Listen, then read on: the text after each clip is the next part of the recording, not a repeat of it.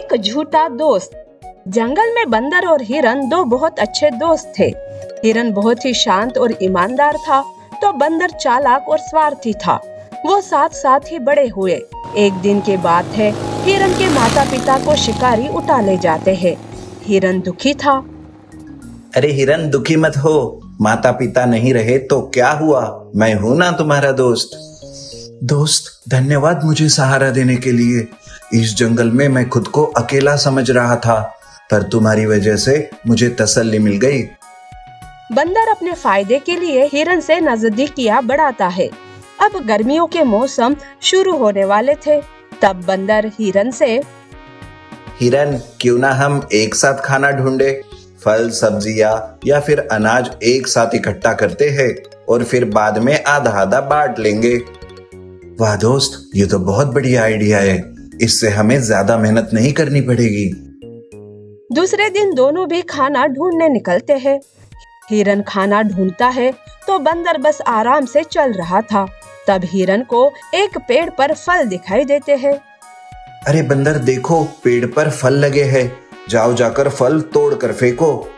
बंदर पेड़ पर चढ़ जाता है। वो पहले खुद फल खाता है और सोचता है, ये हिरन भी ना मुझे ऑर्डर दे रहा है। मैं भी उसकी हर बात नहीं मानूंगा। क्या समझ कर रखा है उसने मुझे। अरे बंदर, क्या सोच रहा है तू? जल्दी से फल तोड़ो ना। अरे सूरज सर के ऊपर आ रहा है, अब हमें जल्दी करना होगा। बंदर कुछ फल तोड़कर फेंकता है और बहाने बनाने लगता है। अरे मैं थक गया। हिरन, आज के लिए इतना ही। बंदर नीचे उतर जाता है। हिरन सारे फल अपने पीठ पर लाद कर चलने लगता है, तो बंदर आराम से चल रहा था। ऐसे ही कुछ दिन बीत जाते हैं। अब बारी आती है खाने के बंटवारे की। तब बंदर सामने आकर कहता है, हिरन रुक जाओ, मैं खाना बांटूंगा। बंदर खाना बांटते वक्त कुछ फल और अनाज चालाकी से अपने पास छुपा कर रखता है। हिरन देखो, मैंने बराबर का बंटवारा किया है, लेकिन हिरन, इसमें मेरी ज्यादा मेहनत थी, इसीलिए तुम्हें आए हुए खाने से मुझे आधा हिस्सा चाहिए। ये क्या बात है बंदर, मेहनत तो मैंने भी की है। वैसे देखा जाए तो तुमने कुछ नहीं किया, हमेशा बहाना बनाकर आराम करते रहे और मैं काम। देखो, जितनी मेहनत उसका उतना फल, और मैंने देखा तुम्हें कुछ फल छुपाते हुए। तुम्हारे कहने का क्या मतलब है? मैंने कुछ नहीं किया। अरे माता पिता के जाने के बाद मैंने ही तो तुम्हें सहारा दिया, भूल गए क्या तुम? और आज मैंने आधा हिस्सा क्या मांग लिया?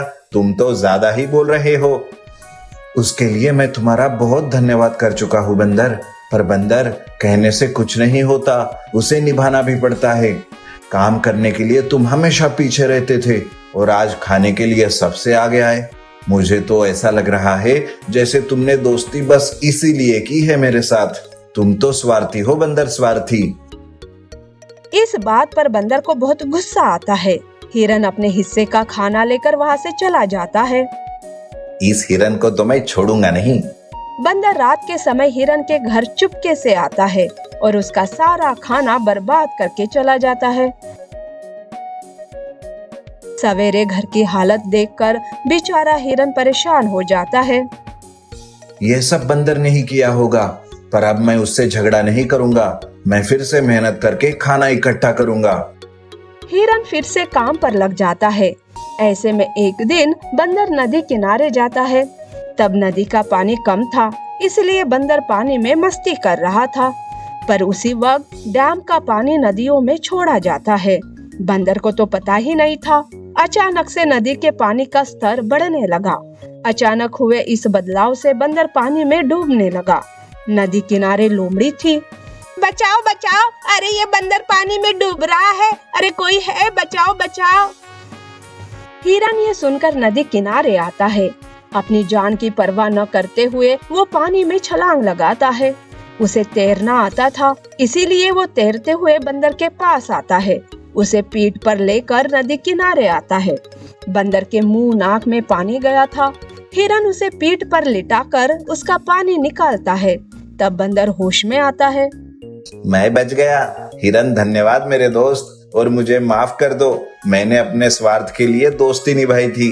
पर तुमने तो निस्वार्थ दोस्ती निभाई है।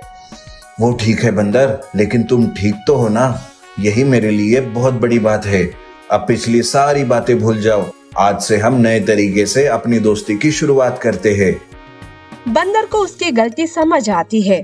उस दिन से वो दोनों अच्छे दोस्त बन जाते हैं और उनकी दोस्ती जंगल में मशहूर हो जाती है।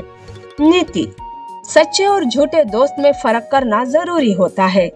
जो दोस्त सिर्फ अपने फायदे के लिए साथ रहे वो असली दोस्त नहीं होता। सच्चा दोस्त वही होता है जो बुरे वक्त में भी साथ खड़ा हो।